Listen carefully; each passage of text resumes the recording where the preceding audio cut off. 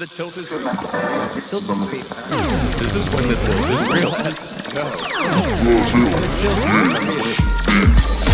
Welcome to another episode of The Tilt is Real Fantasy Podcast. Coming to you live from the chef's table, here are your hosts, James Crease and Juan Pena. Let's go.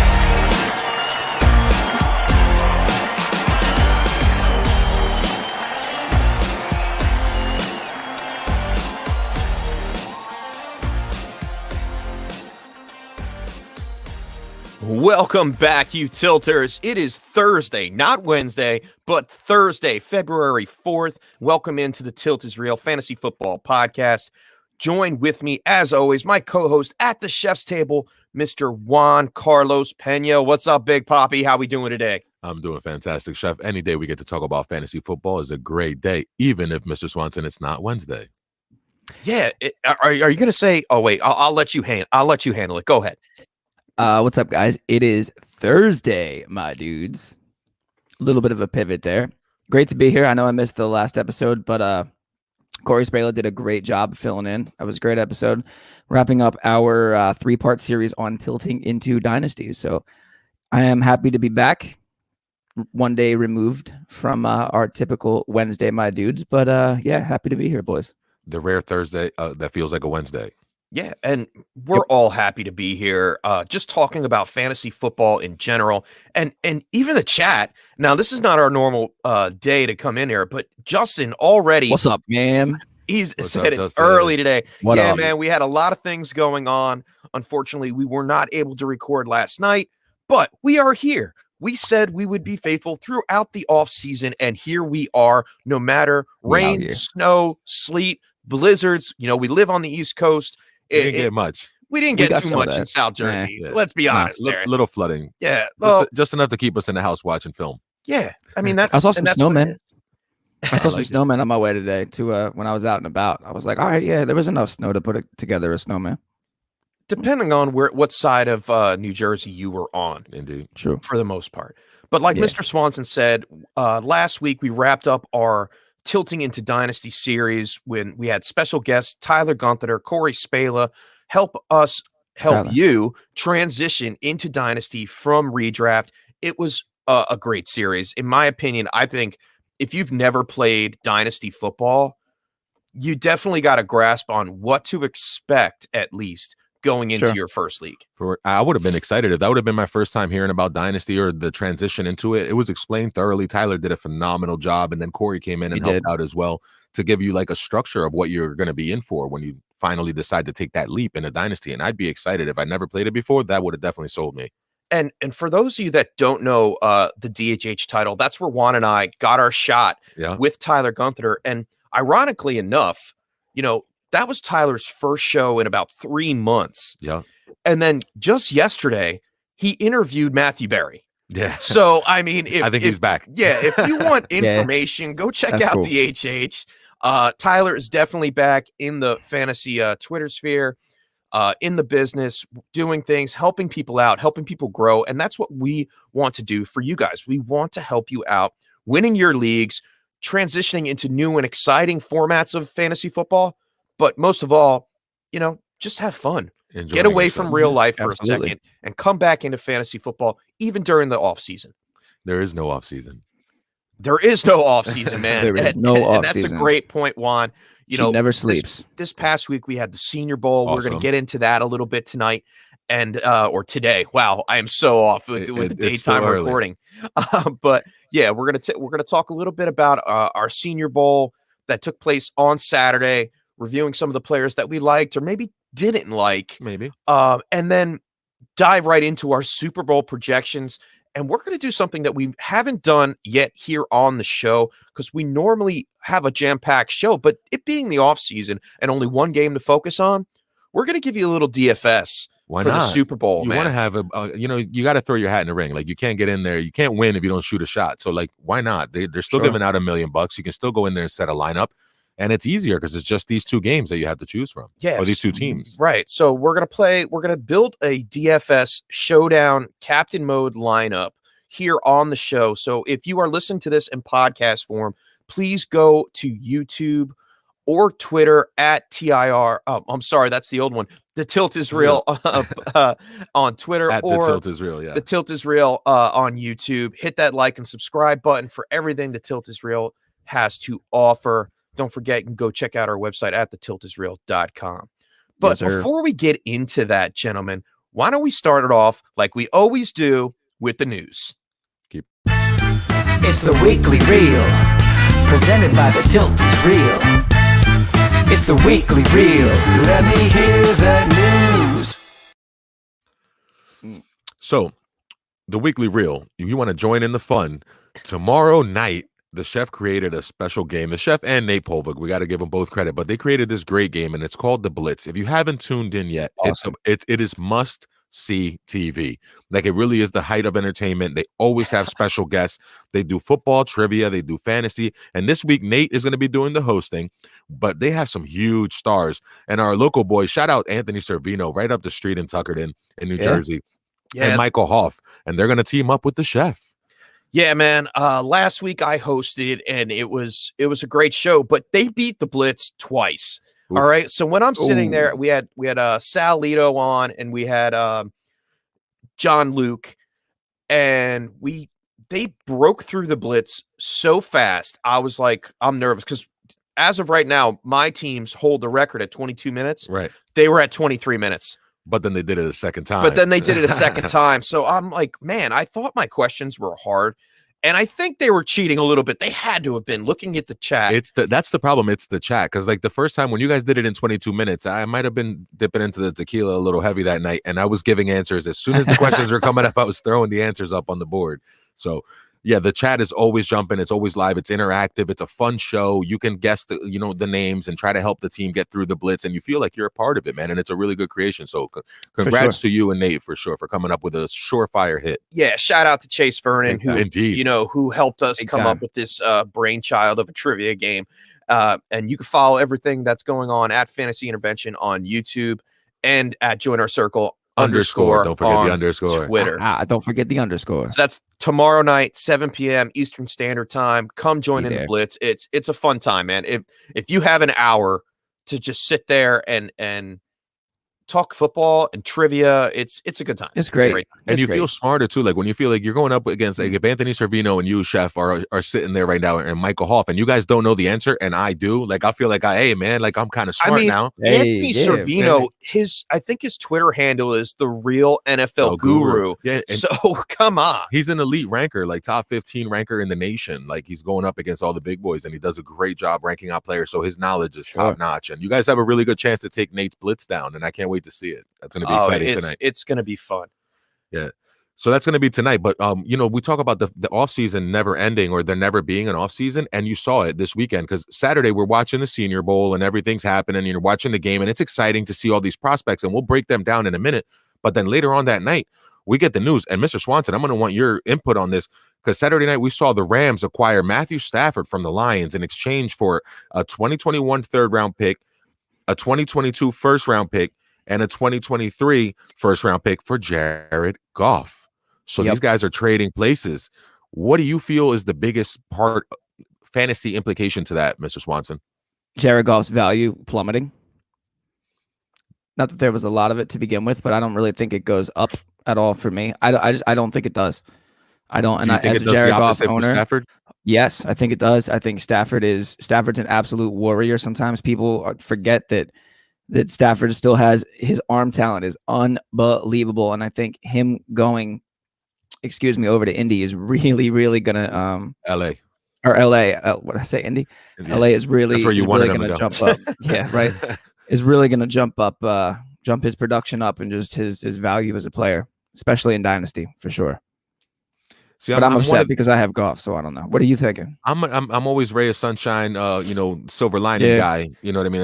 I'm the resident positivity guy. So like I actually like this for Goff. It kind of gives him a fresh start, and I'm not going to underestimate the fact that Anthony Lynn is going to be there, and Deuce Staley's now joining that staff. And Dan Campbell bringing in the New Orleans system. Like, I feel like if there's ever a guy who maybe is underwhelming arm talent wise, you can get him into a Drew Brees type of system where he gets rid of the ball quick and they have DeAndre Swift. They're rebuilding, no doubt. But if you mix a little bit of New Orleans with a little bit of what Anthony Lynn was doing with the Chargers, like Goff could be a sneaky low buy, like a low value buy right now. If we're talking about dynasty and value, if I could get him on the cheap right now, I would get him because there's hope. What if they do re-sign Kenny Galladay? You know, we saw TJ Hawkinson emerge as a top 5 tight end. So the offense isn't completely shot. And if you bring in those like brilliant minds of Anthony Lynn and Deuce Staley to run the room, DeAndre Swift value way up. And Dan Campbell's going to have that team. At least Man Campbell's going to have people biting kneecaps and wanting to be tough. So at least they're going to play a different brand of football in Detroit than they have been playing. My man is hungry. Dan Campbell is definitely hungry. You're right. You're right. I like the point, Juan, where you said, you know, DeAndre Swift is just up. I don't know how much more he can go up. Yeah. Goff, on the other hand, for dynasty purposes, I'm a little weary about it. And I'm waiting for the point where something else happens to that offense.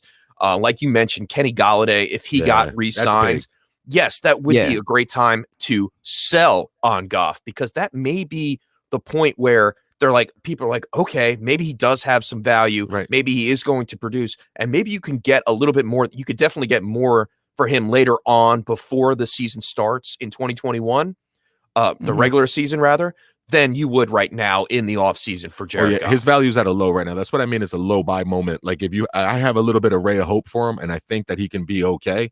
And I wouldn't mind buying him right now. If I could get him on the cheap right now from a disgruntled Goff owner, I would take him just to have another quarterback who might end up being in a system that's, you know, if it's anywhere near the Saints or the Chargers with Phillip Rivers and Justin Herbert the last couple of years, like I'll take that. I'm really big on TJ Hawkinson right now with the Goff move. But let's talk about some Rams, dude, because I'm really intrigued for Robert Woods mainly with Matthew Stafford, because he always had that number one, and then Marvin Jones would pop up almost similar to like a Cooper Kupp for Matthew Stafford. So that's great. But then what about the other field stretcher? And I don't hear anybody talking about Van Jefferson. Yeah, it could be an offense that finally sustains 3 wide. Like they finally can go back to right instead of running that 12 personnel and doing all that. And like with Stafford, you might be able to go back to what McVay wants to do, which is 3-4 wide, empty sets, run the ball, jet sweeps, let's go fast. That's a quarterback that can handle it, and I think he won't be scared to put too much on Matthew Stafford's shoulders. You know, Gerald Everett, unrestricted free agent coming into 2021. I think they may lose him. Tyler Higbee steps up as the true tight end in that offense.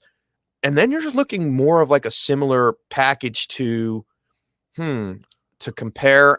I would say, like, I always go back to the Kansas City or the 49ers, how they mirror the run game.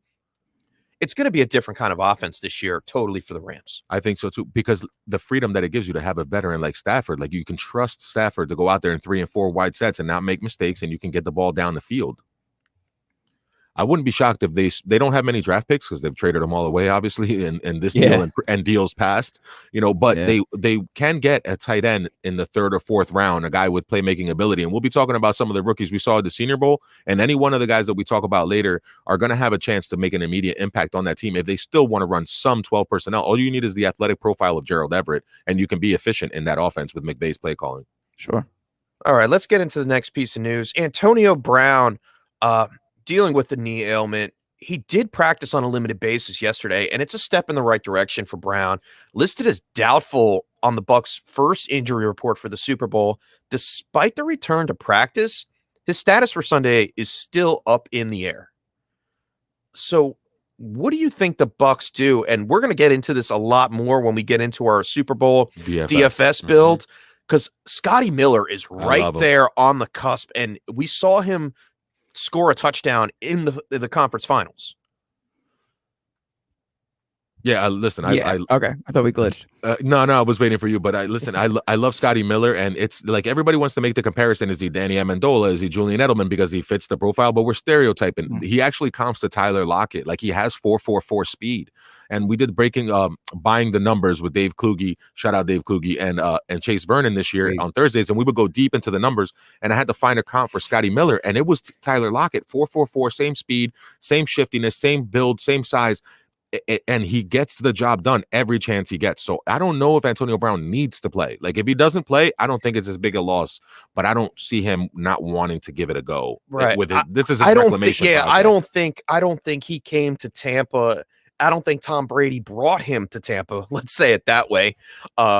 Tom Brady went out and hired Yeah. Antonio Brown in Tampa to turn around and then not be utilized for the Super Bowl. Brady, in all his power, wants to set the record. He wants to be that one quarterback that has 7 Super Bowl titles. And the way to do it is to make sure all his weapons are on the field. Obviously, Mike Evans, Chris Godwin are going to see the bulk of the work. You may see Antonio Brown in the 11 personnel setup, but that's what we're looking at here. I think Antonio Brown will be utilized if he's able to go. Mr. Swanson, at 31 years old, at this stage in his career, coming off a knee for a 1-game situation, would you rather have Scotty Miller or Antonio Brown? I'd rather have Scotty Miller. I would. Yeah, I think he's slept on. I think he's completely underrated. I agree. You think Brady's going to play next year? Yes. Cool. Me too. Especially if he loses. 1, 2, 3, yes. Especially if he loses this game. If he wins this game, there's a chance he goes out with 7. And it's like, all right, Mahomes, catch 7, But if he loses and it's 6-2, him over Mahomes, he's going to try to come back next year and slow Mahomes down. I think he comes back either way. To have on your lineup next year as well, man. I think I love the comp that you did to Tyler Lockett. That's a great comp. Yeah, if Godwin goes as is projected, like Scotty Miller's role is going to be huge next year, and if he's not coming back, faux show. Okay, I would also rather have. I would put Scotty Miller in my DFS Super Bowl lineup over Brown for sure. But only if Brown do I have to doesn't say play. the big game. Yeah, if Brown doesn't we're gonna play, get into right. that. We got to save it for later, guys. Save it for later because that's gonna be a good juicy content. All right. Let's get in. Ralph Fasciano reports Deshaun Watson would not veto a trade to the Jets. Now, as we all know by now, Watson has requested a trade, but the Texans haven't truly listened to offers this early into the offseason. And everybody's thinking they're playing hardball. They are not going to give up Deshaun Watson. And personally, I wouldn't. If I was a GM of a team, I would not give up Deshaun Watson unless I get a king's ransom. And if by king's ransom, DeAndre Hopkins. Yeah, they did. They should. I want a quarterback and 2 first-round picks this year. That was Bill O'Brien. In their defense, that was him that was responsible for that. But if Stafford costs 2 1s, Jared Goff, and a 3, what are we paying for Watson? Like, you're definitely giving 2 firsts, maybe 3, and a quarterback. So if you're the Jets, you're giving up your pick, the one you got back from Seattle, Sam Darnold, and a number 1 next year, and maybe that early second this year. Possibly. Sam Darnold and Denzel Mims. Yeah, it's a lot. Wow. I don't know if the Jets will do it. We're all speculating. Listen, in the sense Quinnen Williams wanted out, and a good defensive tackle player type like that, generational to supplant JJ Watt, and maybe that's what they want to go with in that defense. Maybe that and some first round, that and Darnold and a first might be able to get the needle moving. But the other teams are going to come calling, Chef. Like, everybody's going to be on an offer. There are so many teams reaching out to the Texans right now, and they're trying to keep it under their belt a little bit. They don't want him to leave. I truly believe that. But when it all comes down to it, I think it's just not a matter of if, it's a matter of when. Oh, I think he's gone because he doesn't want to come back. So, but he's got that no trade clause, so it's going to be tough to see who comes stepping up and sends on that king's ransom you talked about. We did have a signing this week with the Colts. Colts signed wide receiver J.J. Nelson to a reserve future contract. Nelson, 29 in April, didn't play in the league this season after spending the summer with the 49ers before getting hurt with the knee injury. He did have a little bit of speed when he played for the Cardinals. I remember he was a field stretcher for sure. Yes. He landed on Buffalo's practice squad for their playoffs. Fortunately, never saw the field. Just, a fill-in play. But he was a vertical threat. So I think maybe they know T.Y. Hilton is done. Maybe it's a contingency plan to be able to say, hey, T.Y., you don't have that much leverage. We can use J.J. Nelson and you can go if you don't come down in price and give us that hometown discount. And maybe a little insurance policy on whether or not Paris Campbell works out as well. True. He's been hurt his whole career. And when I saw Colts on there, Mr. Swanson, I tried to sneak a rumor in here that Andrew Luck was coming back, because if Andrew Luck was coming back, I would have scooped up J.J. Nelson, Zach Pascal, Paris Campbell. I would have got every single pass catcher on the Colts. Mo Alley Cox, I would have wanted them all. So when I was writing in the news today, Juan was on the show, Doc, and he's looking and he's like, All right. So are we going to put this rumor in here about Andrew Luck? Yes, yes. Andrew Luck, rather. And I'm like, no, Juan, we cannot report rumors, especially if they're not on But it was notable sites. It was a friend of one of his wife's friends. It's a friend of a the friend reliable source saying that, he was going to see Chatty Jimmy Cathy. and talk this weekend. So we'll see what happens. And when we in the industry, when we hear things like that, I try to bite my tongue and go out to the waiver wires in all my leagues and pick it up first, and then say, oh, by the way, guys, you may want to go and try to get Andrew Luck on the cheap in your dynasty leagues. And I did that. I was in one of my dynasty leagues. I picked him up for 0 fab yesterday. And then I went and I said, guys, hey, I heard something from somebody that heard something from her sister's cousin's sister's brother, and you may want to go and try to get Luck on the cheap. And the one guy came back today. He's like, yes, I got him for $1. The other guy's like, yeah, I got him for $5, but no one else bid on him. I'm like, yeah, but he's sitting out there, and you could feel. We've seen quarterbacks come back and say, hey, I really missed the game. Yeah. He's only 31, 32 31, years 31. old. If How old's Luck Alex came Smith? back, that would handle a lot of decisions for the Colts this offseason.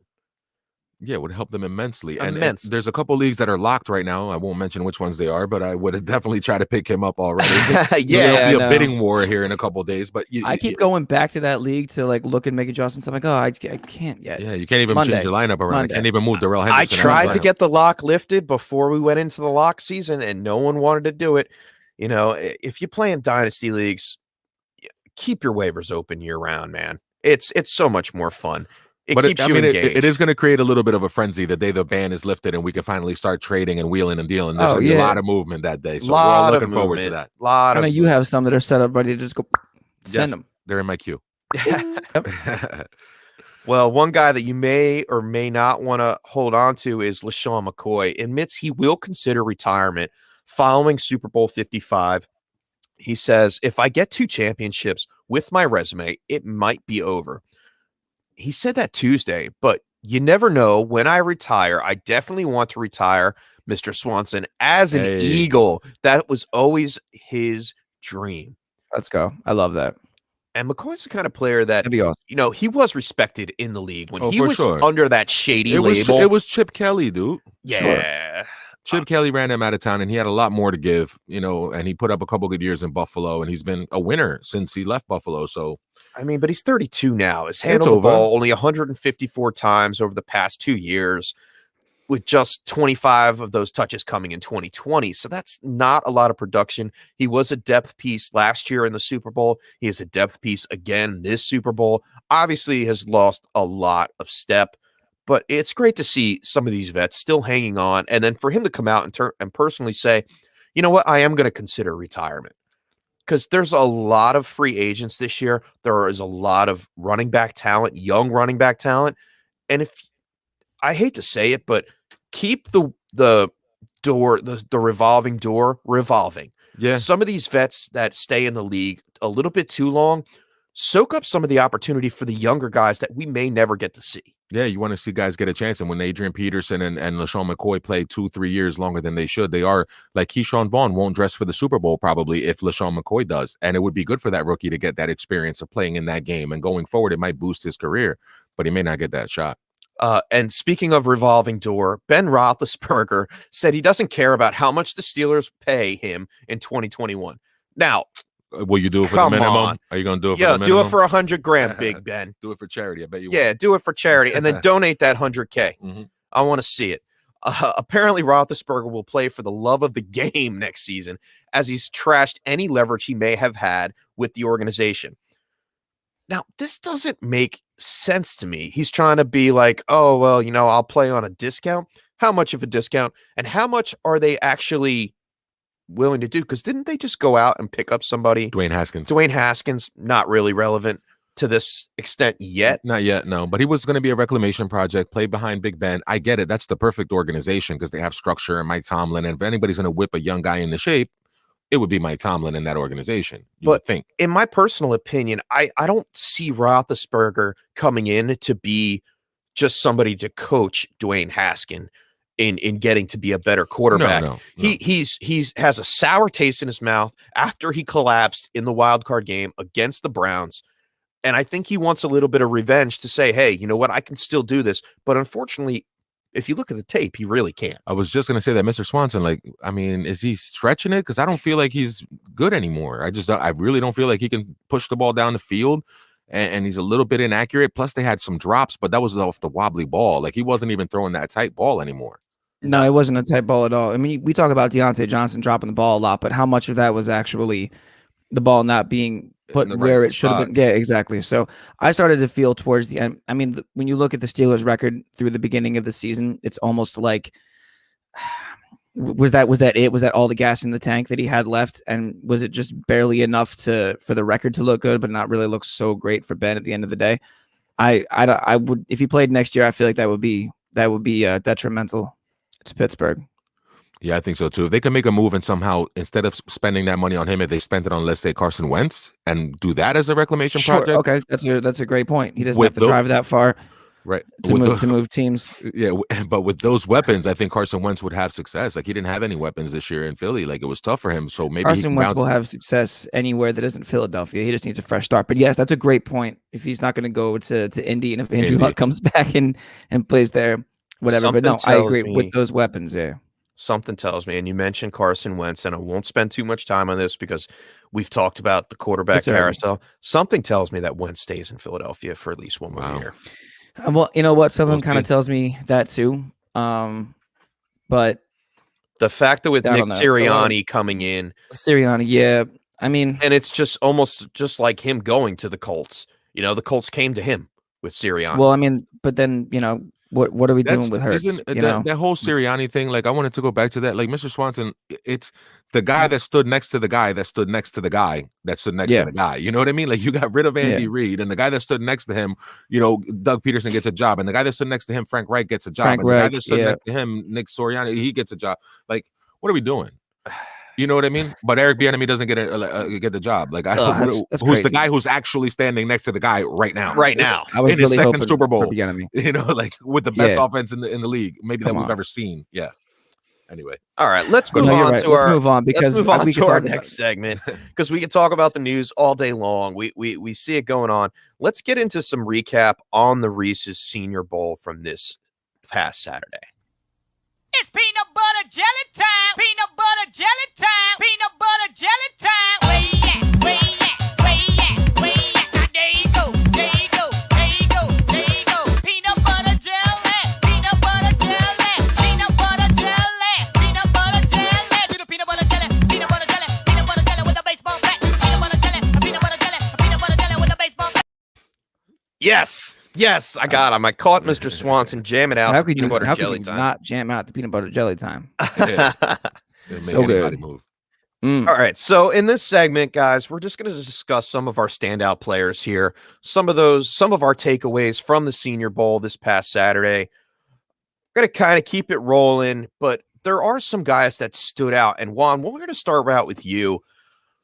Who really stood out that you weren't expecting to stand out in the Senior Bowl? Yeah, and I'm gonna go back to the whole, Rams could draft an athletic profile tight end and tie that up by going with Quentin Morris from Bowling Green. Because honestly, how many games from Bowling Green did you watch this year? 0. You know what I mean? So sorry, it's really tough. Sorry, Quentin Morris. So he fits the athletic profile. He's 6'4", 251. He's a prototypical tight end. He's gonna fall to the 3rd, 4th, 5th round probably, but he's got big playability. He's got 12.4 yards per catch on the year. And he had 3 catches for 52 yards in the Senior Bowl, including that 35-yard catch. And he put that ability into practice. So right now he's outside the top 5 in tight ends as far as rankings go. And that may change once they get the workouts and they find out what times they run. But he's behind Kyle Pitts, Freiermuth, Hunter Long, Trey McKitty, and Brevin Jordan from Miami, who I also really, really like. But if he's not being drafted in front of those guys, he could fall to the 4th or 5th round to a pick-starved team like the Rams and have an immediate impact right away. So he's somebody that I'm going to be paying attention to. Quentin Morris. I liked what I saw in the game from him. Straight up, man. And I like that. Mr. Swanson, I know that you have the key to the Reese's Senior Bowl, the guy that you did some research on here. let's talk about him because he is like the main attraction coming out of the I Senior think Bowl. so. You're talking about Michael Carter? Absolutely, Hey, Yeah, man. Mr. Carter. Mr. Yeah. Mr. Carter. Carter. Where you boys got some juice. I'll tell you what. Watching him, he can break off runs. He can run between tackles. You know, when you're looking at your running backs coming into the draft, right? I feel like he's right behind Najee Harris, Travis Etienne, and Javonte Williams. Excuse me. Does that feel like right? I might actually put him ahead of Travis Etienne at this point. So It's very close. Yeah, as a It- goal line right? back, man, he's got that goal line capability, man. Where he could just blast through the line. So you're right. He could be. I mean, he was, what, he get 60 yards on 8 carries for 1 in the bowl. He had Mhm. 2 through the air for 15 yards. Yeah, I mean, I like what I see. I like the potential. He led the ACC in rushing yards last year with 1,245. 267 yards receiving, finished with 11 touchdowns. That's a pretty solid number, man, especially when you, right, 7.98 yards per carry. That's something to look at, man, especially when you're going into your dynasty rookie drafts. Like, that's a guy who could be a really, really sneaky pick, depending on what your lineup is. That'd be a guy that I would love to either just to put on my taxi squad or to possibly even start early, depending on where he goes. That's the kind of thing is you with any of these guys, you want to watch where they go. But yeah, man. Yeah. I definitely like what I saw from Carter. I love him. They say he's a little undersized because he's built like a Raheem Mostert or like a CEH or one of those smaller type backs. But those guys are the prototype now for the NFL. Like that's the new back. Pass catcher. Yep. They can do a lot. Yep, And they can do a lot more than just run. I Not like just that, run, and I'll stick to the format of smaller guys with Yeah, do it. Demetric Felton. All right, I liked his tape when I did some rookie research earlier before he turned out and said I'm going to be transitioning to wide receiver. Mini Jordan. 5'9", 189, smooth route running. He got only 2 receptions for 28 yards, but he did score. And when he did score, it was a 5-yard dump off that he turned into a 15-yard touchdown. So that's what I'm looking at. This guy was a yak monster in college for UCLA, 77 receptions, 753 yards, scored 7 times. I think his touchdown definitely helped him move up in the draft. And instead of maybe going 5th round on that Saturday, I think he is a Friday kind of guy. I look for him in the 3rd or 4th round for someone that is looking for that other wide receiver to take that next step. I don't know where he's going to go. I can't put my name on it, but I'm looking at him. I'm looking at his metrics. I'm looking at the way he plays. He reminds me of Cole Beasley. He's not a number 1 wide receiver, but sure. I think he does have that speed and agility to make it at the next level in the NFL. Chef, I like your comp with Cole Beasley, but when I was watching Demetric Felton and to help you with the landing spot, Curtis Samuel's a free agent.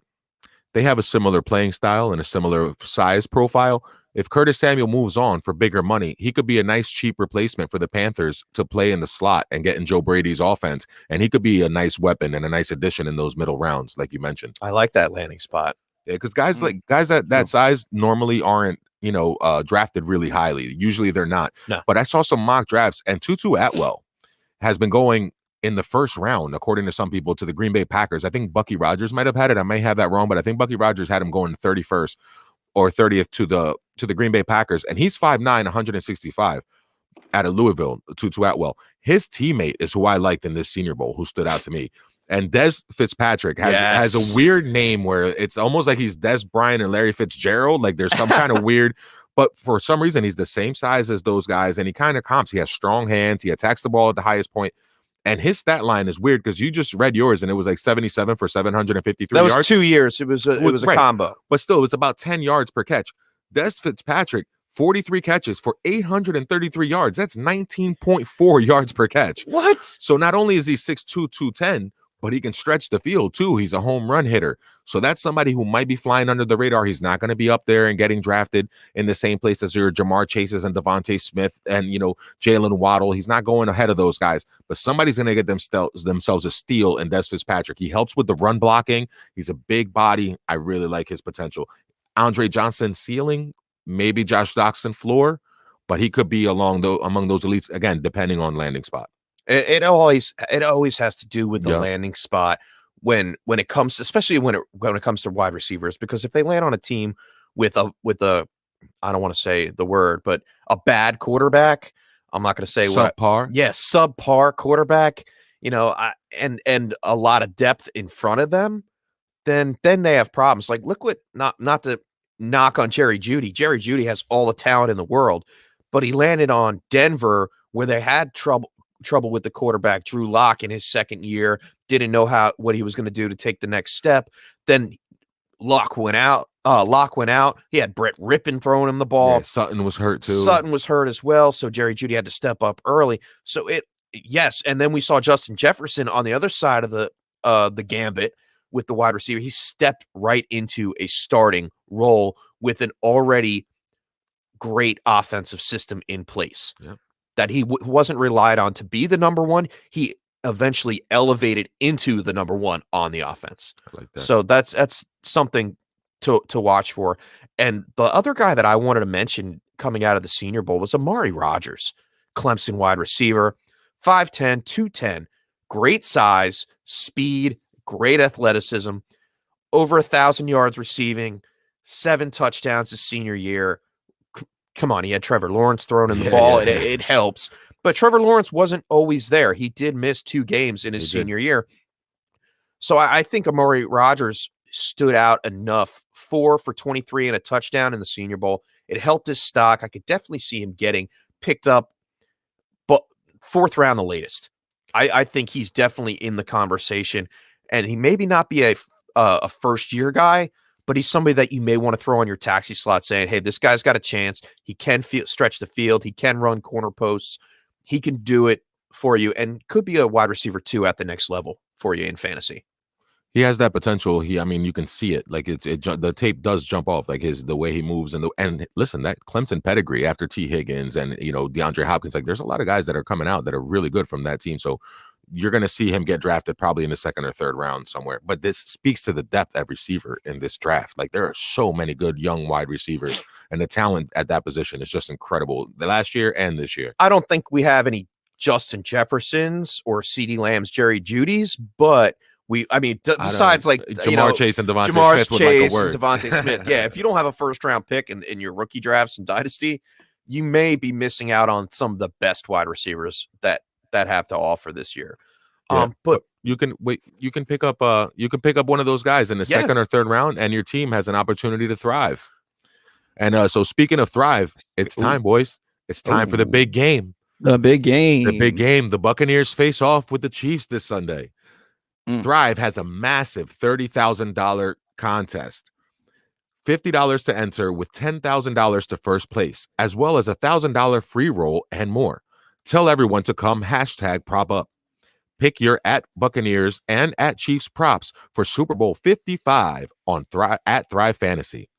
Compete to win over $30,000 in cash prizes. Over or under Travis Kelce 118 receiving yards. Oof, that's close. Thrive Fantasy has over $30,000 in prizes for Super Bowl 55. Sign up now and get 100% instant deposit match of up to $50. Enter our code TIRPOD when you sign up and receive an instant deposit match of up to $50. Minimum $20 deposit required. #PropUp. That's promo code TIRPOD for a free $50. Go get that free money, guys, and use it on the Super Bowl. There's no better time. And Juan, this brings us right into our next segment. That was a perfect little jump off, little prop up spot to the next segment there, because we're going to be talking some Super Bowl, man. And I'm excited about this because this is our first time doing a podcast. We get to talk about the big game, Super man. Bowl. Yeah. Yeah. Oh, yeah. So, and what better way to start off with the young and the old bull?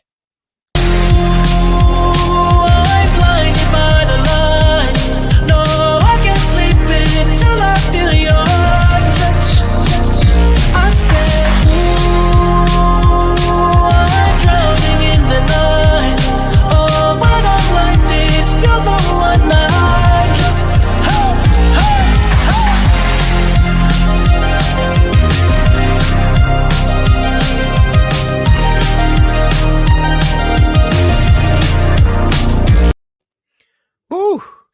That's a little pregame for you, man.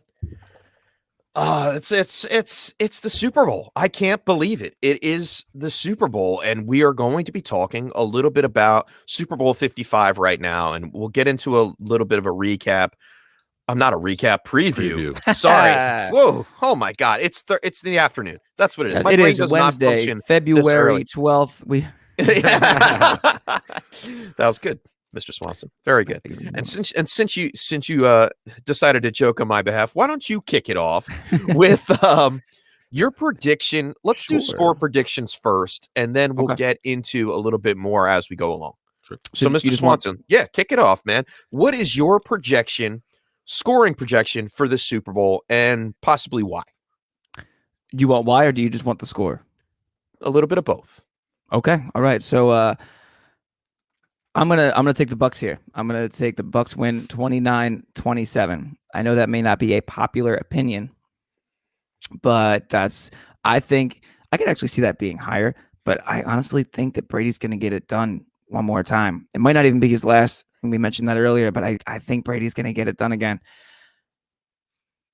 Should I keep going? Yeah. Yeah. If you I'm want gonna to. keep going. All right. Cool. Well, why do you think that the Bucks are going to win this game? I like how the Bucks. All right, so the Bucks D have in their last 3 playoff games had 7 sacks and 7 takeaways. If JPP and Shaquille Barrett can disrupt Mahomes, I feel like that could be enough to keep it close, and they could hold on to the W. It's gonna be a game where Brady's gonna have to keep up with Mahomes. Brady currently holds the record for passing yards in a Super Bowl, 505 in the loss to the Philadelphia Eagles. 41-33. Yep, 41-33. I love seeing that bumper sticker on stickers around here. But yeah, I think it's going to be a shootout, but I think the defenses will keep it close. Mahomes is going to have to be creative. I think Tampa Bay may find a way to disrupt that. Interesting facts: games between Andy Reid and Bruce Arians have always been 3-point games. So that could, that's a nice like that. stat that I I like haven't that nugget. seen. that That's a could nice foreshadow a one, little bit. dude. So yeah, that's my take on it. I'm going 29-27 Bucks. And Chef, I'll let you anchor it. No, you know what? Because I think I know I'll what we're take it. doing I'll here. take it over, Yeah, and then take it Juan over here. can wrap it up a little bit. There we go. Go And for it. and What do you got? my projection was, the 3-point game, 31-28, Nice. but I do have the Chiefs on top. I think both Brady Okay. and Mahomes do their thing in this matchup. There's Sure. there's no telltale sign that either of them are going to be just hoping to win this game. I think they both go for the win. I don't see a lot of field goals, maybe at the end. And Juan and I were talking about this a little bit pre-show, saying it's going to be the last team with the ball. Last time these two teams met, the outcome was 27-24 Kansas City. Mahomes had over 450 passing yards. 462. So with the offensive line still banged up for Kansas City, with losing Eric Fisher, I think we will see Mahomes have to improvise like he always does to escape the Tampa pressure, which their defense has been phenomenal in the postseason. I think he looks to Tyreek Hill a lot. I think he leans on Travis Kelce to get him out of jams, not as the primary target. And I think you can see some, let's see, Mecole Hardman. There it is. Yes. And- let's go. I love it. And Thank you. if he's healthy enough, which I think he is, I've been watching the practice reports, I think Sammy Watkins is Ooh. an actual go in this game. And, it's a Sure. Sammy Watkins effect. First game of the year, last game of the year. Yeah. And somehow Sammy Watkins will come out of this game with 4 to 5 receptions, with at least 60 yards. I don't know how he's going to do it. Maybe even a touchdown. I was It's gonna say Sammy maybe even a Watkins. touchdown. Like, he always does this.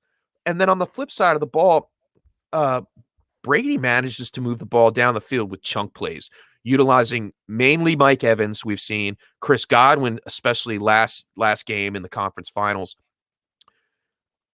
But I think he really utilizes Mike Evans overall. We've seen 70 receptions and 1,000+ receiving yards, 13 touchdowns this regular season, 173 yards and 2 touchdowns so far in the postseason for Mike Evans. I think he is the number one target in this game. And last time versus the Chiefs, he had 3 for 50 and 2. So I think it's more of the same, putting him on an island with Brashad Breeland. Breeland. Yes. Oh, I got that right. Hey, I Very got my nice. cornerback work going. But yeah, I think he Hey, puts Breeland on an island, and I think Brady takes his shots. Mike Evans can definitely work over Breeland. I think he can get it done. So it's going to be a back and forth, weather depending, because we did talk about It might rain a little it bit. might rain a little bit. We talked about that off show. Juan, what do you have? What's your prediction? So I have a lot because this game, like Mr. Swanson said, the 3-point games between Bruce Arians and Andy Reid, and it just feels like that's where this game is headed. And I had the same score as you, Chef, as far as 31-28, but I had it the other way with the Bucks. But I'm going to up it a little bit, and I'm going to say the Bucks win 34-31.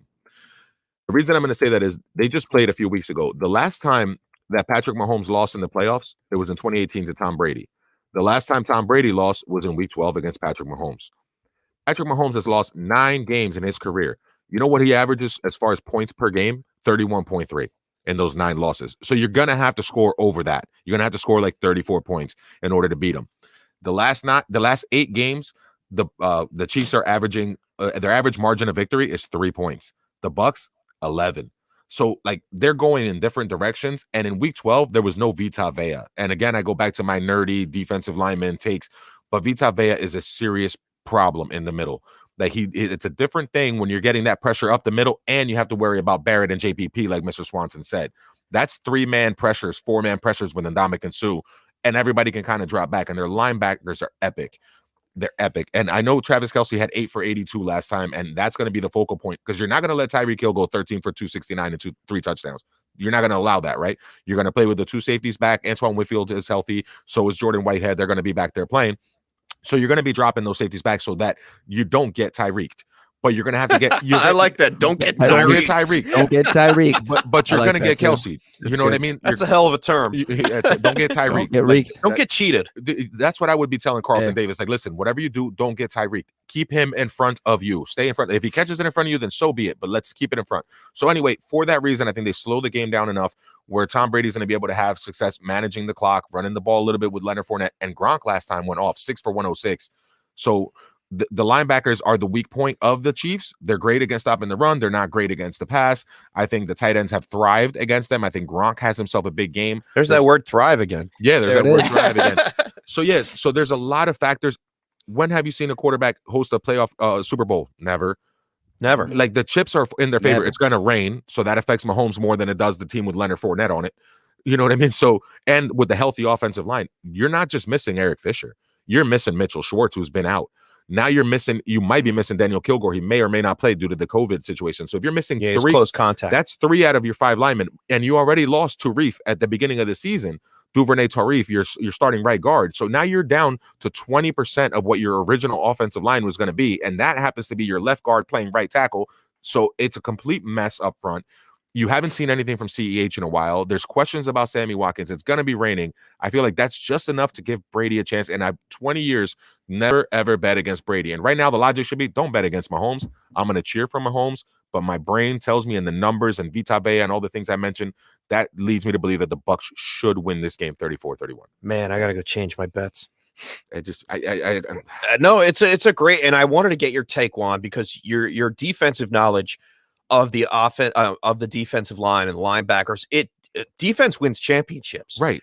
And For sure. that's a great point. When if you have a healthier defense against a dwindling offensive line, even though they've had 2 weeks to recover, it takes that defense to win the championship game. All the offense in the world won't do it if your defense can't play. I got a little trivia for you. So the Chiefs were the number 1 offense in the NFL this year. Over the last 20 years, name the team with the number 1 offense that won the Super Bowl. Only one team has done it. Led the league in offense and won the Super Bowl. Led the league in offense and won the Super Bowl. Denver. No. Seattle. They got stomped In on that 20 year by years? Seattle. In 20 Seattle's years? never been number 1. Yeah, in the last 20 seasons. Was it the Patriots team They lost with to the Randy Giants. Moss? They lost to your Giants. With Randy Moss? They lost to your Giants 17-14. And your guess, Mr. Swanson, Seattle beat Denver the year that Peyton Manning threw the 55 touchdowns. It was the New Orleans Saints in I was 2009. about to, oh, God. I was about to say the Saints. So Wow, it's a okay. rarity. Like I know Mahomes is the one that can Huh. overcome something of that magnitude, but the trends Right. all lead you to believe. Last 8 games, only 3 points per game margin of victory, 11 points for the other team. Vita Vea's back. Like there's all these you're playing on the road at the actual home of the other team. They won't let them fire the cannons. I didn't know. No, they did. They won't. They won't let them Yeah. do it because it has to stay a neutral site, which Exactly. I respect. But it ain't neutral. We all know it's Tampa. You're at home. You're in your home locker room, the same locker you've been sitting at. It's normal. You didn't have to fly on a plane to get there. They've been home for 2 weeks waiting for this game, practicing at home. Chilling. Right. So there's a lot of factors. If Mahomes wins this, it's probably the most impressive Super Bowl victory by a quarterback I've seen in a long time. Down 4 offensive linemen from the beginning of the year, playing at Tom Brady's house, and it's Tom freaking Brady. So your defensive opinion and the way to Damn, beat wow. Tom Brady, Mm. and Mr. Swanson knows this, and I know this being a Giants fan, he's an Eagles fan. The way you beat Tom Brady Yep. is you hit him and you get to him. Yeah. Can the Chiefs Often and early. Can the Chiefs defense, in your professional opinion, get to Tom Brady and stop him or at least rush him to make mistakes? Because that's how a little bit of pressure goes a long way when it's Tom Brady. The question has to be, well, first of all, I would hire the right guy, and that's Steve Spagnuolo because he's done it twice. Right. So they've got that. So we have the right guy in place. But the difference is those defenses that you had when you had Matthias Kiwanuka and you had, JPP in his first iteration, you had Michael Strahan before that, Osi Umenyiora. Are you going to remember Frank Clark, Chris Jones, and who else? Who's the third guy? Right. Passagnon, like who are we remembering? So like you need more than just 2. Unless one of those 2 guys has an out of their mind experience, or the Honey Badger can come down. I was just about to say maybe Tyrann Mathieu if he could come around and just I don't know he's probably going to be shadowing Godwin. I know he's going to be on Gronk. He's going to be on Gronk Yeah, the he's got whole to be on game. Gronk. He's got to be The on Gronk or linebacker in the won't box. do it, right? Hitchens can't do it. He's too old, and it's just not going to happen. So no. Yeah, you're going to need Tyrann Mathieu to come in and blitz, create a turnover, a fumble. Something along those lines has to happen in order for the Chiefs to win. I feel like it's too much to overcome. So I'm going to be cheering when for Gronk Mahomes, isn't on the field. They're going to rush Tyrann Mathieu, Probably. and then Cameron Brate's open. Maybe it depends on what the play calling is. Maybe he gets home. Maybe maybe it's going to be it's going to be a great game in its entirety for sure. We get wrapped up in all this fantasy stuff, but like the actual football narrative, like seriously, guys, the 43-year-old GOAT with 6 rings against the young kid coming up with 1 Super Bowl, and he's like defending champion, and it's the 2 guys that the rest of the league hates these guys. You know what I mean? But now we all have to make a decision. For 20 years, I've been rooting against Tom Brady, and it always comes back to get me, with the exception of the Spagnuolo teams and Mr. Swanson's team. And all they did was put pressure with the front 4. So you're right in asking that question, Chef. I'm hoping that Frank Clark and Chris Jones can do 4 men's worth of work. They need to do 4 dudes worth of work. That makes a lot of sense, man. They don't have the horses that Tampa has up front. They don't have Sue, Vita Vea, Shaq Barrett, and JPP. Like if they had that, then yeah, no brainer, Chiefs win. But not the way they're built right now. Man, that's it's exciting though. That was some It's stuff, exciting. man. That's great. After listening to that, I would find you hard pressed to not at least question your Super Bowl picks if you had already, put all your chips in the Chiefs basket. After listening to that. Well, I already deposited more money into my DraftKings account for this very reason, because I put my own bets in, and then I talked to Juan about, like, hey, man, what are you really thinking about for this Super Bowl? And I'm glad we got it on a Thursday today, and we're going to jump into DraftKings this is on our next part, and we're going to bring it back to fantasy full circle, back to fantasy. And we're going to build a little DFS lineup. Now, we have never done this on the show before, but the 3 of us are going to work together on this. All right. And I did a couple of lineups, and I know Juan was digging. I only have like 8. The hardest part about building in a DFS lineup, and let me put it on the screen while we're sitting here talking about it. The hardest part about building a DFS lineup is to actually get the captain correct for a single game mode. Now, this is the showdown captain mode because there is only 1 game. So you need to pick at least 2 players on each side of the ball. I think it's only 1. Maybe just 1. I think it's just 1 from both teams. I think it's just 1, right? Yeah. It's just one guy from both teams, and then you can fill your lineup with the rest. So there's a couple of approaches that you can take on this. There's guys you don't want to leave off. A guy that threw for 462 yards last time he played this team, I probably want to have him in there. Right. And the guy that had 269 yards receiving and 3 touchdowns, basically in a half, I really want to have him in there. So we're off the rip. We're putting in Patrick Mahomes and Tyreek Hill. But now, is that the consensus? Everybody else is doing it, Stack, and you have to try to be a little contrarian because remember, it's about having the right combination. So, like you said, the most important thing is who you put in that captain's chair. So, I have a sneaky little idea, and you guys can fight me on this if you want. It's okay. But what if we put Gronk there?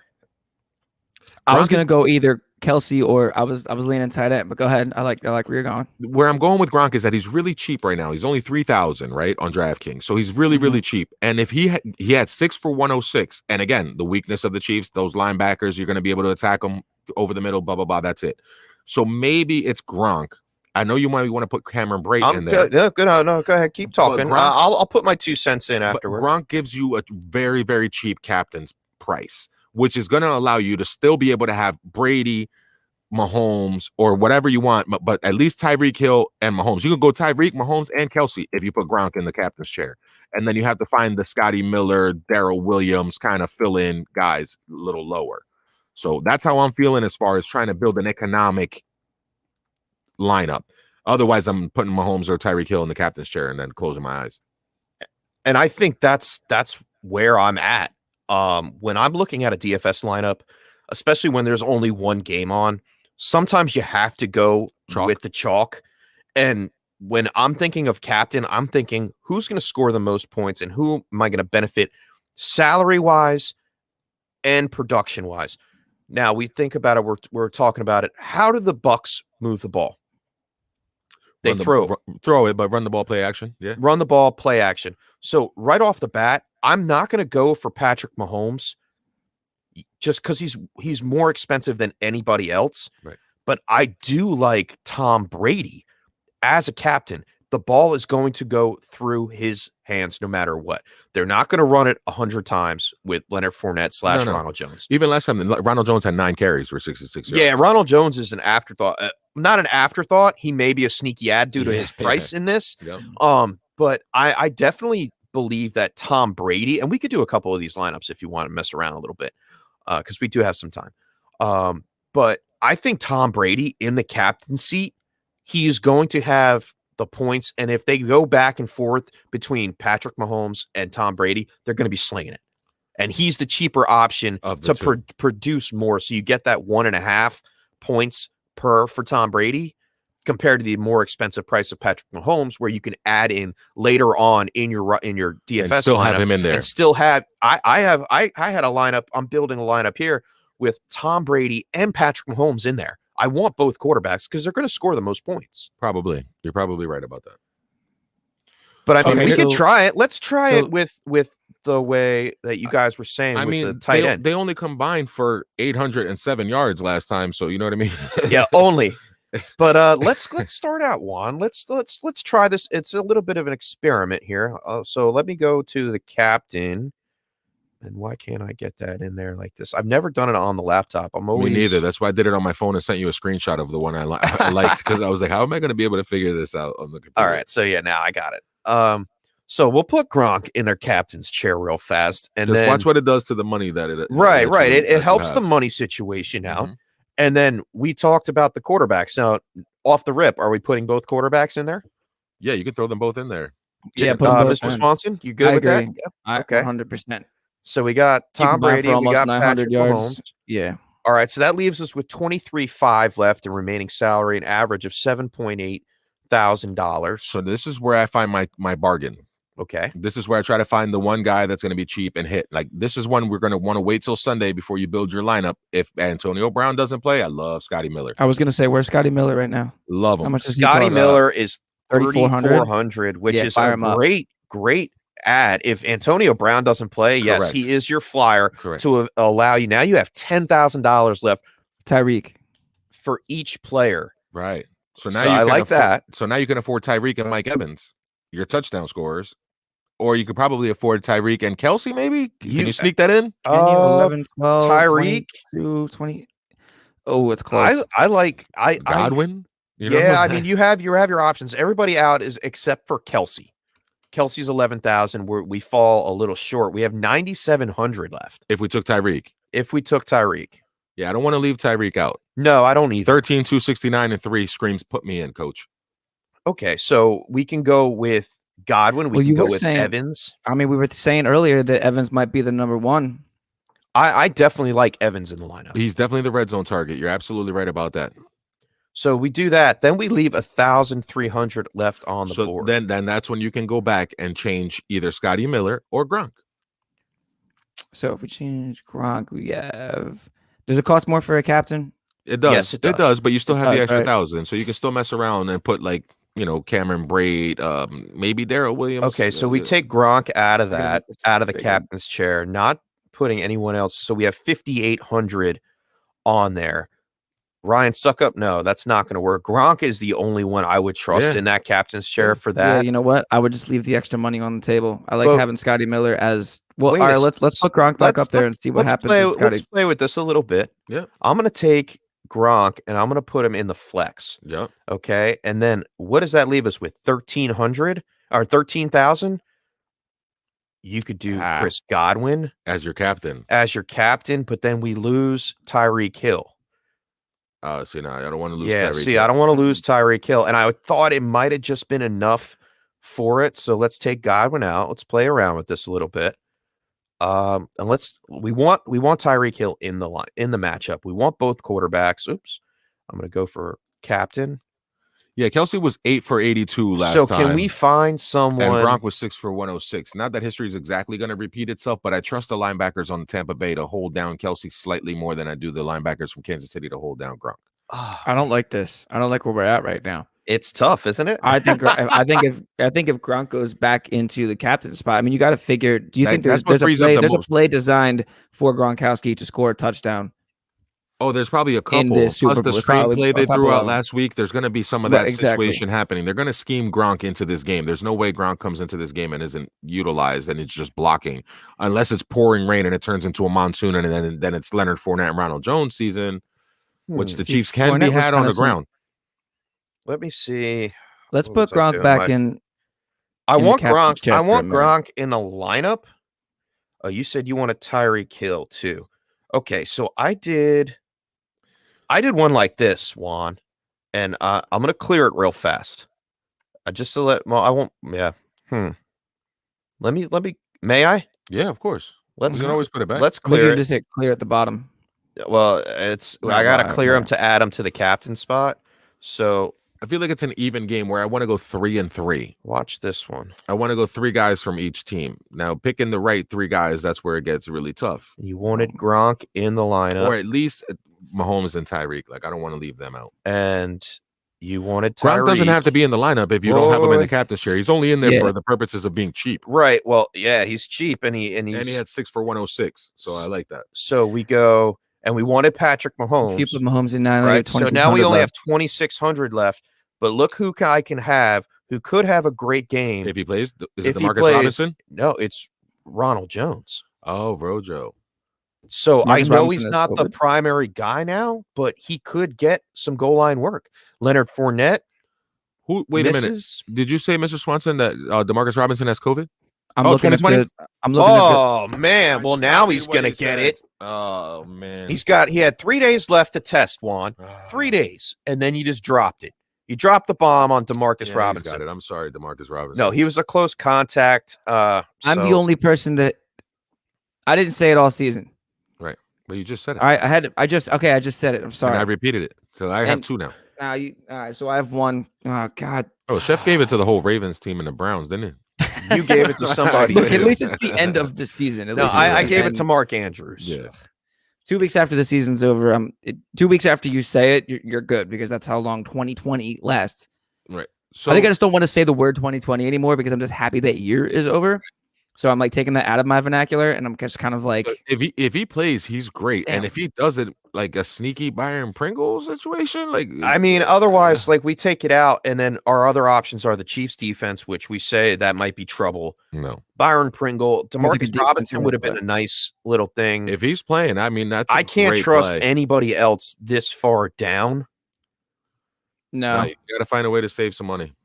That was the other option. But to get Tom Brady, Tyreek Hill, Patrick Mahomes, And then, I mean, we could take away CEH. Yeah, take him out. I mean, Let's I would take even away put CEH. Darrell Williams and hope he gets a couple touchdowns. Like, if you're Let's going to take take a away chance, CEH. Or and then we or- got to put Mike Evans in then. or you put in Sammy Watkins right But now Mike because Evans you might costs be able to more get him than- cheap.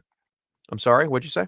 If you put Sammy Watkins in now, do you think his price goes up if he's cleared to play completely? Like, what if I think you put? these are locked. He's at 4,200 Those right prices now. are locked. Yeah, Oh, they're they're- locked. That's the prices don't change. Yeah, they're locked. All right, never mind. So Brady, Gronkowski, Reek, Mahomes. see if we go up, we won't be able to fit anything else in. That's there. what I mean. You need one cheap guy. You need one guy that's really low price. You need either a Scotty Right. So that's why Miller, Ronald Jones was the Hey, cheap he 2,200. He was 9 for 66 last time, and he might be the more effective style running back against the Chiefs defense. Maybe. Maybe they do bring him in. They're gonna. Bruce Arians doesn't play stupid. He's gonna say, okay, well, Leonard Fournette's our starting running back. Who knows if Ronald Jones comes? I think Ronald Jones, out of all the Scroll down a little secondary bit. running backs or secondary players, he has the best chance to get on the field and produce. Oh, listen, all it takes is a fumble in the Can you rain. scroll down a little bit for me, Chef? Certainly. Yeah, no, never mind. See, this is fun. It's close. All right, so We should have had Guys, DFS with Dan. Shout out DFS with really Dan like- or Chase Vernon on here to help us. Yeah, I get know. through Well, this. hey, we're still new at Like, this. it's We're our a young first one. podcast. I really liked Gronkowski. I feel like that lineup that we had. Let's go back to that real All quick right, and see so how let's it looked. get with let's Gronk in clear it out. I'll put the Gronk back Superflex. in the captain's the chair. captain. Yeah, You want So we got Gronk Gronk in in the there, captain's chair because and then we had Brady and Mahomes And the 6 for 106 last time. the only Yeah. only 6 for 106 last time against the Chiefs. Okay, Yeah. Okay, And now the, let's put and, the, both and the quarterbacks Chiefs in. didn't do great this year versus the tight end. and we have to put both QBs in. Both QBs in and Tyreek Hill.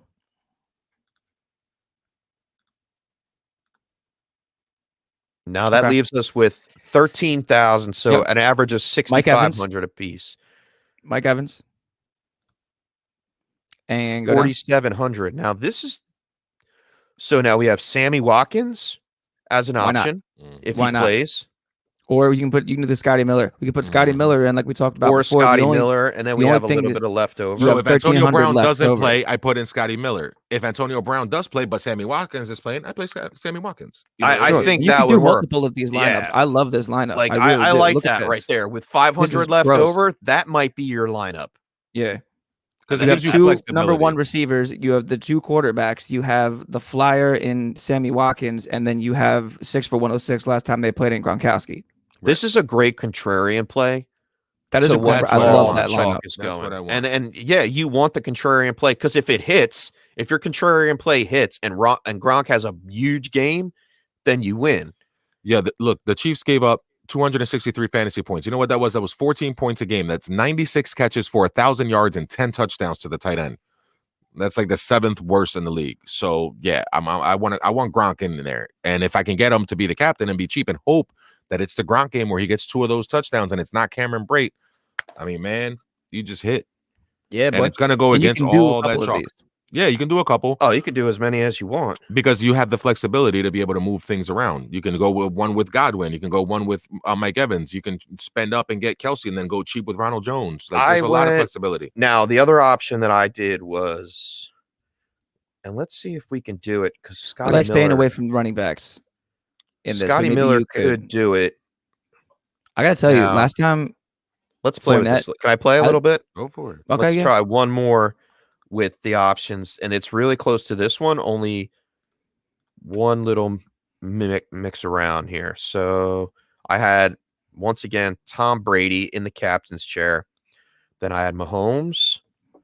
I had CEH utilized in the passing game. Mike Evans. So this is the one that I took Tyreek Hill out, and I had Gronk. And then I had Sammy Watkins. So you have the more prolific player that's going to be getting more points in the captain's seat. That's the flip. We had Brady there. I put Brady in there. I pulled yeah. one off with Mahomes in the captain's chair. Did you get one? What Yeah. is it? Do you remember it? Of course. Let's do it. I got one too as well. But yeah. All right. Put Mahomes in the captain chair. All right, hang on. Let me wipe it. This is fun. Yeah. This is my Playing some DFS on a Thursday afternoon. this is my money lineup. Damn, Afternoon delight. we won't get to play DFS on a Thursday afternoon until August. Oof. True story. All right, but Or we're you gonna have can fun with it do right now. baseball. All right, you ready for this lineup? All right, Mahomes. Yeah. Brady. Give me Gronk. Give me Kelsey. Hang on 1 second. Oh, you want Kelsey? Uh-huh. Okay, Gronk. That's the first one we were doing with Kelsey in there. Uh-huh. which is surprising. And now give me Scotty Miller and Sammy And Watkins. Sammy Watkins. Nice. Okay, I like that one too. Yeah, that's right there with the 400 leftovers. Yeah. A good jumping point. And a man. little flexibility in case something happens and Watkins isn't playing and Antonio Brown is, and then you have to move things around, but you have the structure of the two quarterbacks with their two tight ends. So basically, we want to do a double stack some way, somehow. We're going to keep both quarterbacks in there come hell or high water. It's where you put them. Chef would like to put Brady in the captain's chair because it is the cheaper option and gives you more flexibility. If I take that same lineup and we flip it, Sammy Watkins becomes, you can take him out and it becomes AB, and you can take out Scotty Miller and that becomes DeMarcus Robinson. So like you can make moves with this lineup. And Yeah, have a little I flexibility. like the fact that you can interchange some of these and save some money. I don't always worry about that last piece, that little contrarian piece on the cheap, because guess what? They may not even see the field. We don't know that. Right, about Scotty Miller, we don't know. We don't know of Scotty Miller. We don't know about Sammy Watkins. We don't know about Ronald Jones. But those are the three guys in this game for the DFS lineups that I am looking at, that I am trying to target to see what I can do as far as pushing my points to the limit with the bigger number guys. Yeah, so to save money, in conclusion, I think to save money, I'm going cheap with Gronk in my captain's chair to get me more start players in my lineup. But this feels like the lineup, like something along these lines with either Brady or Mahomes in the captaincy, feels like the way everybody's going to go, like the more popular picks. Could the way they're gonna go. we try maybe one more? I want to do one more, but I wanted to put Kelsey in. What were you thinking? I was thinking to put Tyreek in the captain's chair. Okay, let's We try can it. do it. You want to try it? And We're then- gonna, if we do it with this lineup, you would lose Kelsey. That's what's going to end up happening. 'Cause Right. You don't want to take the two quarterbacks out under any circumstances. No, and out of any circumstance, no, you want those two guys in your lineup. So let's try it. 15-6. So we have Mahomes, Brady. Now this one's going to be a little bit more tough because Tyreek is the second most expensive player in the Right. cap. It's or the same third. as the last one. As long as you can stick Gronk in there at 3,000 real cheap. Like I feel like he's going to be in every one of my lineups because it's just the price is just too low to ignore. All right, so that right there is a no-no. That knocks out Mike Evans out of our. It knocks out everybody. Yeah, that's really you're digging here, but you could do that. No, you can't. Oh man, that one's tough. No, That might not be the way to go. Nah. And because then you're stuck with like that and that, and you don't want that. Tyreek, I'm sorry for those of you that are listening. Then you're stuck with Ronald Jones and DeMarcus Robinson. So yeah, that one doesn't really work with Tyreek in the captain's chair, but it's good exercise. And Mr. Let's try Swanson, you wanted with Tyreek, Travis Kelsey in the captains, Yeah, let's which is try a little bit Kelsey. more expensive than Tyreek Hill. So Yeah. and then we put in Mahomes So let's and put in Brady. Mahomes. Let's He wants to leave Brady out. I can feel it. I was gonna say just for this one, let's leave Brady out. Yeah, let's do it. This is yours. Let's go Tyreek. Okay. I don't like leaving Brady out, but let's go Tyreek. Can we Let's add go- one of the wide receivers for their Tampa Bay then? Go ahead. Go where you were going to go, Mr. Swanson. Go. I'm sorry. I'm in a yeah. I was gonna go Fournette. Believe it or not, Okay. he made one move, this spin move that resulted in a touchdown in the last game, and I remember just perking up and being like, "Is it okay?" There's, Okay. there's, yeah, there's yeah. that top 5 talent. Playoff Lenny. there's man. the dude that I Postseason was- Lenny. Yeah.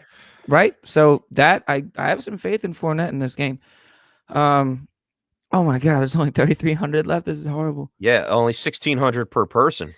This is So that's when you have to go way low and dig. into Yeah, crates. now we wow, got to this is a dig. nightmare. So okay, you we're know in what? that. Hold up. Let's do something weird here.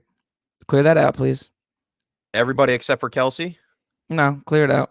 the whole thing. Yeah, clear it out, and then put Fournette And the captain. in the captain's chair. Okay. Okay. And now add back Now in put Mahomes. both your boys in here. Yeah, put Brady in. Oh, you want Brady in now? Okay. Okay. Now All you right. got 5,400 left for each player, Okay. theoretically.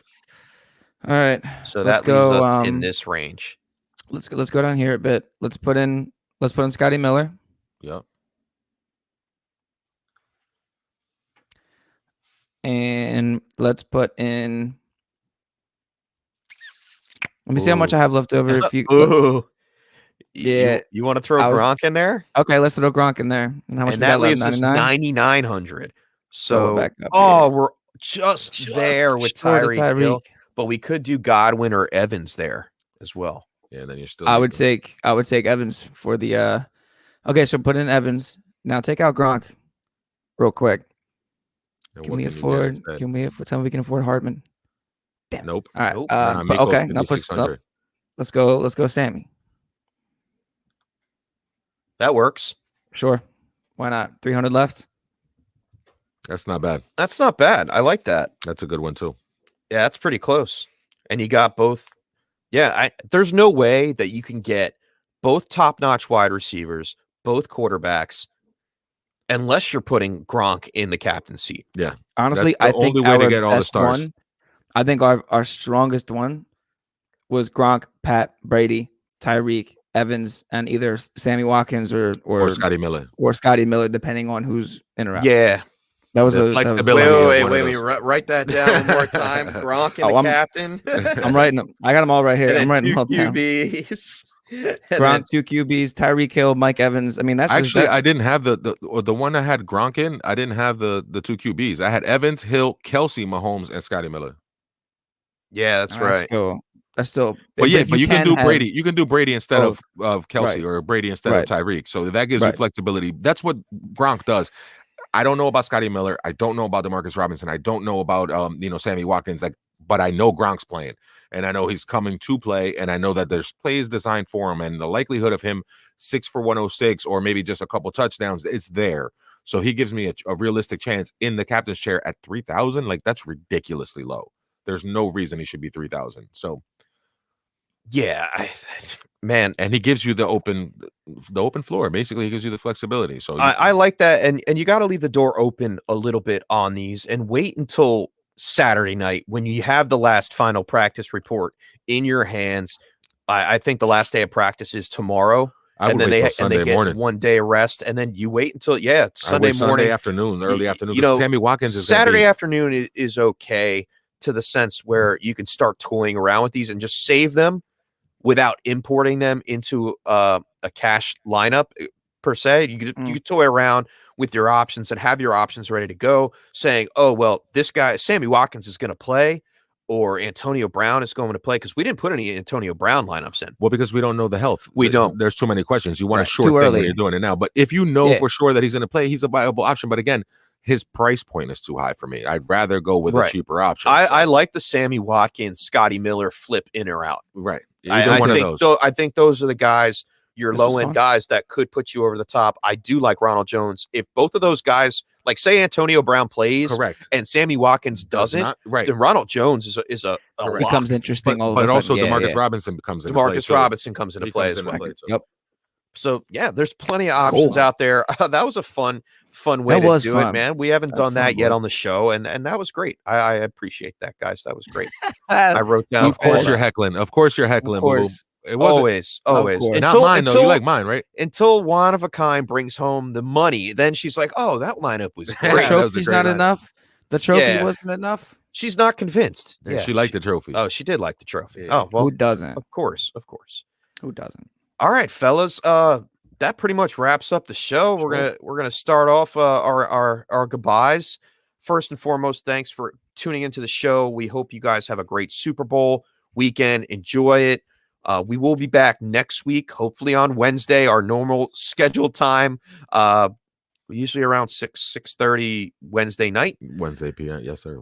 Eastern Standard Time. I think I want to get into, and I talked about Juan. We haven't really cemented this yet, but I want to go through the top 12 at each position, maybe the top 24 at each position on their 2020 stats, see where they're going to what we can expect for them in the 2021 season. So kind of like a recap and like preview? like a recap review, but almost like looking into the future. I Like got do you. a little quarterback bit. episode, Do a running little back back to the episode. future, We could maybe do a that. little fantasy back to the future. I like that. Yeah. Okay. So maybe that's something to look forward to. And we'll, of course, be either making fun of ourselves over our Super Bowl predictions when the You know what game we ends up could do? 13-10. Yeah. You know what we could do? Sorry, we told you to take the over. When it's 8-5. Yeah, 13-10. But we didn't expect the rain. It was 13-9. Harrison Buckner should have been in your captain's Yeah, chair. Harrison Bucker was the main should have been guy. your captain. Ryan Suckup. Yeah, that was your captain. You know what we could do going forward? Maybe we can do like, let's say this is rookies removed. This is before the NFL, or maybe okay, let's just say it's before the NFL draft. But maybe live on air, we do a quarterback. We basically do our rankings out loud. We figure out our rankings consensus together, and do live rankings and see how we do at the end of the season We with could the also- players last year. We could do that. Like the chef said, the top 20, you take the top 24 quarterbacks, right? So your QB 1s and 2s, we do a show on them and like kind of tell you where they were and project And go whether they're each one. arrows up or arrows down. Right. Sure. Yeah. I like that. Yeah. Cool. Plus speculation on dry maybe where erase they're board. Oh, going. speculation, trading, quarterback Love that. carousel, all that Maybe it's too ties early. into This is gonna be place. That fun. I like that'll it. be we'll definitely have some fun with that over the next. Maybe we could do like 4 or 5 episodes on each position. Sure. Not There we each go. position, but each position could be an episode. So that's Indeed. great content coming out of the Tilt is Real Fantasy Football podcast. As always, year round, at least once a week in the off season, Yep. many times during the regular season. Make sure to check us out. And Mr. Swanson, why don't you start writing us out? Okay. I caught him off guard a little bit, stretching there. I know. I'm so sore, man. I've been Back in I've the been gym, the- he's I've been back in feeling the it. gym, to pump you and up. I'm feeling it, and it's great. It's the good kind of sore. Yeah. It's the good. It's the dinosaur. What's my favorite dinosaur? Kind of sore. And Kinda that's me sore. right now. All right. So you can thank you everyone for tuning in. You can find me at FF John JAWN Swanson on Twitter. I've been doing some things recently. I did some music for Fantasy Intervention. Shout out to Fantasy Intervention and join our circle _ I thought it was kind of cool that last night on Fantasy Intervention, Jason Moore from the Fantasy Footballers was a special guest, and it was an awesome show. Please go and listen to it if you can, because I did last night, and they did a great job.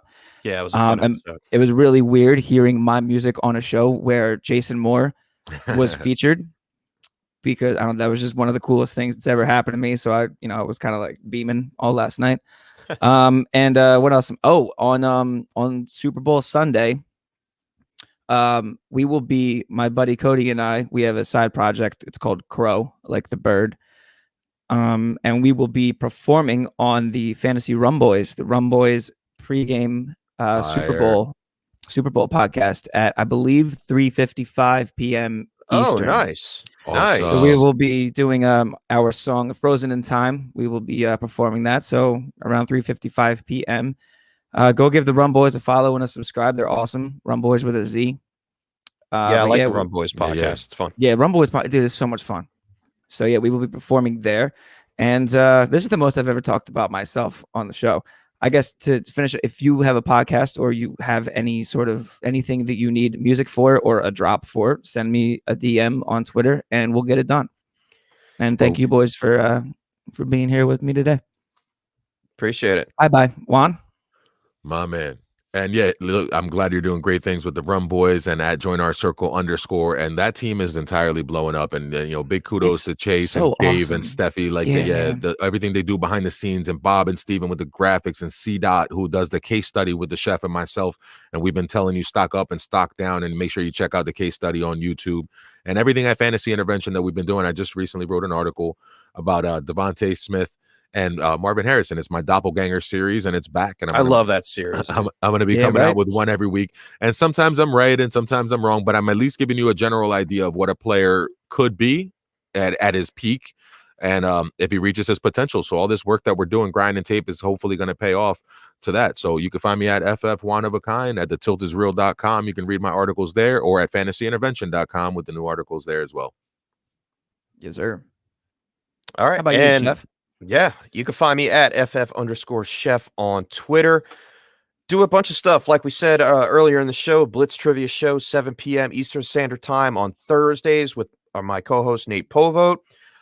Lots of articles coming out this offseason recently with Fantasy Intervention and Aaron Jones free agency running back article, running back roundups. I have the second edition in the works right now. Sneak peek, it's going to be Kenyon Drake. Where is he Spoiler going to alert. go? We don't know. Surprise. The running back roundup, man, you just don't know.